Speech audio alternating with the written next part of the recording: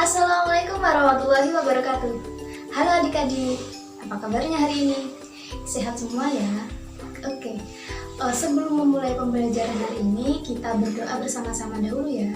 Bismillahirrahmanirrahim. Baik, apakah ada yang tidak masuk hari ini?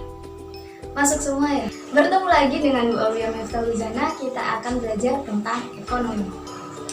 Sudah siap untuk pembelajaran hari ini? Siapkan buku, bolpen, pensil, penggaris, dan lainnya untuk mencatat hal-hal penting dalam materi hari ini. Apa ada yang masih ingat dengan materi pada pertemuan sebelumnya? Apa sih instrumen utama dari kebijakan fiskal? Ya, APBN. Nah, pada materi ini yang sekarang akan kita bahas ada kaitannya dengan materi sebelumnya, yaitu APBN. Nah, untuk tujuan pembelajaran pada hari ini, adik-adik diharapkan dapat memahami pengertian, tujuan, dan fungsi dari APBN dan APBD, sumber-sumber penerimaan dan jenis belanja negara maupun daerah, mekanisme penyusunan APBN dan APBD. Yang keempat, pengaruh APBN dan APBD terhadap perekonomian. Apakah ada yang masih ingat APBN itu apa? Ya, APBN itu singkatan dari Anggaran, Pendapatan, dan Belanja Negara. Sedangkan kalau APBD itu merupakan singkatan dari Anggaran, Pendapatan, dan Belanja Daerah. Jadi, APBN dan APBD ini merupakan daftar atau list yang berisi tentang penerimaan dan pengeluaran negara maupun daerah. Lalu, apa ya perbedaan dari APBN dan APBD ini? Nah, untuk perbedaan dari APBN dan APBD ini pada cakupannya. Kalau APBN cakupannya luas, yaitu nasional, sedangkan kalau APBD itu lebih ke wilayah seperti provinsi, kabupaten, ataupun kota. Biasanya diajukan sebelum periode berlangsung maksimal 1 bulan sebelumnya. Tujuan dari APBN dan APBD ini yaitu sebagai pedoman untuk melaksanakan program maupun kegiatan pembangunan sehingga meningkatkan perekonomian dan kesejahteraan masyarakat. Ada 6 fungsi APBN dan APBD. Yang pertama, fungsi otorisasi. Fungsi ini berarti bahwa anggaran menjadi dasar untuk melaksanakan pendapatan dan belanja negara pada tahun yang bersangkutan sehingga dapat dipertanggungjawabkan kepada rakyat. Yang kedua, ada fungsi perencanaan. Nah, fungsi perencanaan ini berarti bahwa anggaran menjadi pedoman untuk merencanakan kegiatan pada tahun yang bersangkutan. Misalnya ketika pemerintah merencanakan untuk membangun proyek jalan, maka tindakan yang dilakukan pemerintah yaitu mempersiapkan hal-hal yang diperlukan dalam pembangunan tersebut sehingga dapat berjalan dengan lancar. Yang ketiga adalah fungsi pengawasan. Nah, fungsi pengawasan ini berarti bahwa anggaran menjadi pedoman untuk menilai apakah penyelenggaraan pemerintahan ini sudah sesuai dengan ketentuan atau tidak. Yang keempat ada fungsi alokasi. Nah, ini berarti bahwa anggaran dialokasikan pada berbagai sektor yang sudah ditentukan, misalnya pada sektor pendidikan. Contohnya pengadaan bangunan sekolah, pengadaan fasilitas belajar mengajar, belanja pegawai pendidikan, dan lain-lain.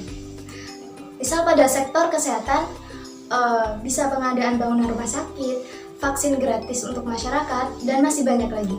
Yang kelima ada fungsi distribusi pendapatan. Jadi anggaran ini didistribusikan kepada masyarakat yang membutuhkan, contohnya dengan memberikan bantuan sembako, bantuan biaya sekolah, dan masih banyak lagi. Dan yang terakhir ada fungsi stabilisasi. Nah, fungsi ini memperhatikan kondisi perekonomian di Indonesia ya, misal saat terjadi resesi. Resesi ini kan indikatornya adalah meningkatnya pengangguran dan menurunnya daya beli dari masyarakat. Nah, tindakan yang harus dilakukan oleh pemerintah ini apa? Nah, pemerintah akan membuat kebijakan dengan menurunkan tingkat suku bunga dan memberikan kelonggaran dalam pemberian kredit. Nah, ketika tingkat suku bunga diturunkan, maka akan banyak masyarakat yang meminjam uang di bank karena suku bunganya rendah, dan ini akan membuat masyarakat menggunakan uang yang dipinjam untuk memenuhi kebutuhannya sehari-hari dan atau berinovasi membuat lapangan pekerjaan baru sehingga meningkatkan daya beli masyarakat dan mengurangi pengangguran di masyarakat, sehingga seiring berjalannya waktu perekonomian akan kembali menjadi stabil. Bu, penerimaan negara itu bisa dari mana saja, Bu? Nah, penerimaan negara itu bisa dari pajak, bisa penerimaan negara bukan pajak, bisa dari bea, bisa dari cukai, serta penerimaan-penerimaan lainnya. Sedangkan kalau penerimaan daerah itu bisa dari pajak daerah, bisa dari retribusi daerah, bisa dari bantuan keuangan, serta penerimaan-penerimaan lainnya.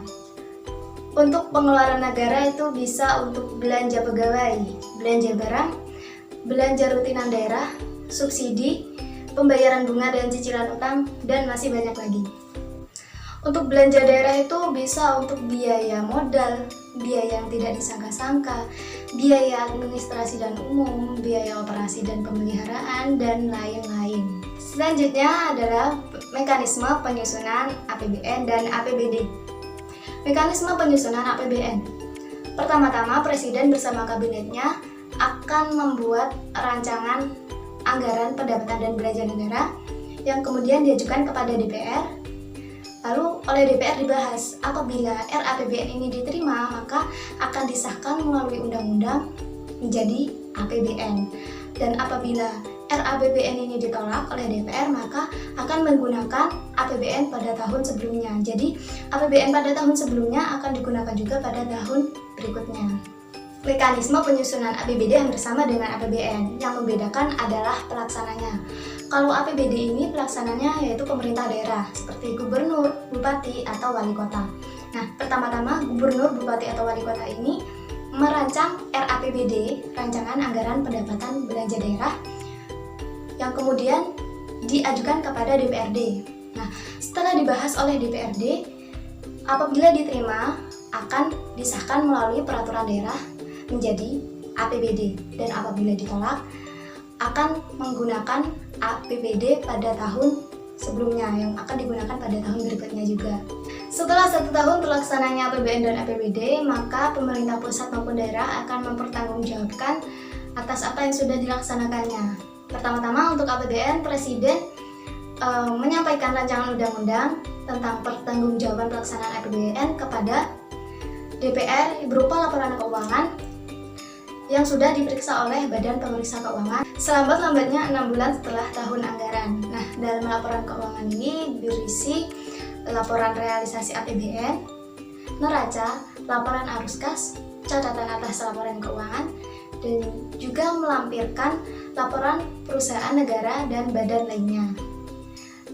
Hampir sama dengan APBN, dalam APBD ini pertanggungjawabannya pertama-tama gubernur, bupati ataupun wali kota ini akan menyampaikan rancangan peraturan daerah tentang pertanggungjawaban pelaksanaan APBD kepada DPRD yang berisi laporan keuangan yang sudah diperiksa oleh Badan Pemeriksa Keuangan selambat-lambatnya 6 bulan setelah tahun anggaran berakhir. Nah, laporan ini berisi tentang laporan realisasi APBD, neraca, laporan arus kas, catatan atas laporan keuangan, yang tidak lupa juga melampirkan laporan perusahaan daerah. Asas penyusunan APBN. Jadi dalam penyusunan APBN itu, pemerintah akan menggunakan asas yang pertama, yaitu asas kemandirian. Artinya pemerintah meningkatkan sumber penerimaan dalam negeri. Yang kedua, melakukan penghematan dan peningkatan efisiensi dan produktivitas. Yang ketiga, menitik beratkan pada undang-undang negara. Dan yang keempat, penajaman prioritas pembangunan. Jadi APBN dan APBD ini diharapkan dapat meningkatkan perekonomian negara. Lalu pengaruh APBN dan APBD itu apa? Nah, pengaruhnya yang pertama yaitu meningkatkan pertumbuhan ekonomi, mendorong investasi masyarakat, memperluas lapangan kerja, melancarkan distribusi pendapatan, menstabilkan peredaran uang, dan yang keenam menjadi alat kontrol bagi masyarakat terhadap kinerja pemerintah. Nah, selanjutnya saya akan memberikan kesempatan untuk adik-adik bertanya. Silahkan ketik pertanyaan kalian pada kolom komentar ya. Untuk mengetahui seberapa dalam adik-adik memahami materi ini, saya ingin bertanya nih. Menurut adik-adik, lebih besar penerimaan dan pengeluaran mana ya? Negara atau daerah? Coba bandingkan. Sambil mencari jawaban dari pertanyaan Ibu tadi, saya ingin menyampaikan kesimpulan pada materi pembelajaran hari ini. Jadi APBN dan APBD itu intinya adalah pedoman untuk melaksanakan program atau kegiatan pembangunan daerah sehingga meningkatkan pertumbuhan ekonomi dan kesejahteraan masyarakat. Karena waktunya juga sudah habis dan materi sudah tersampaikan semua ya, maka saya akhiri pembelajaran pada hari ini dengan mengucap hamdalah bersama-sama. Alhamdulillahirabbil alamin. Semoga materi ini dapat adik-adik pahami dan jangan lupa belajar ya, tetap semangat. Sampai jumpa lagi di pertemuan berikutnya. Ibu akhiri, wassalamualaikum warahmatullahi wabarakatuh.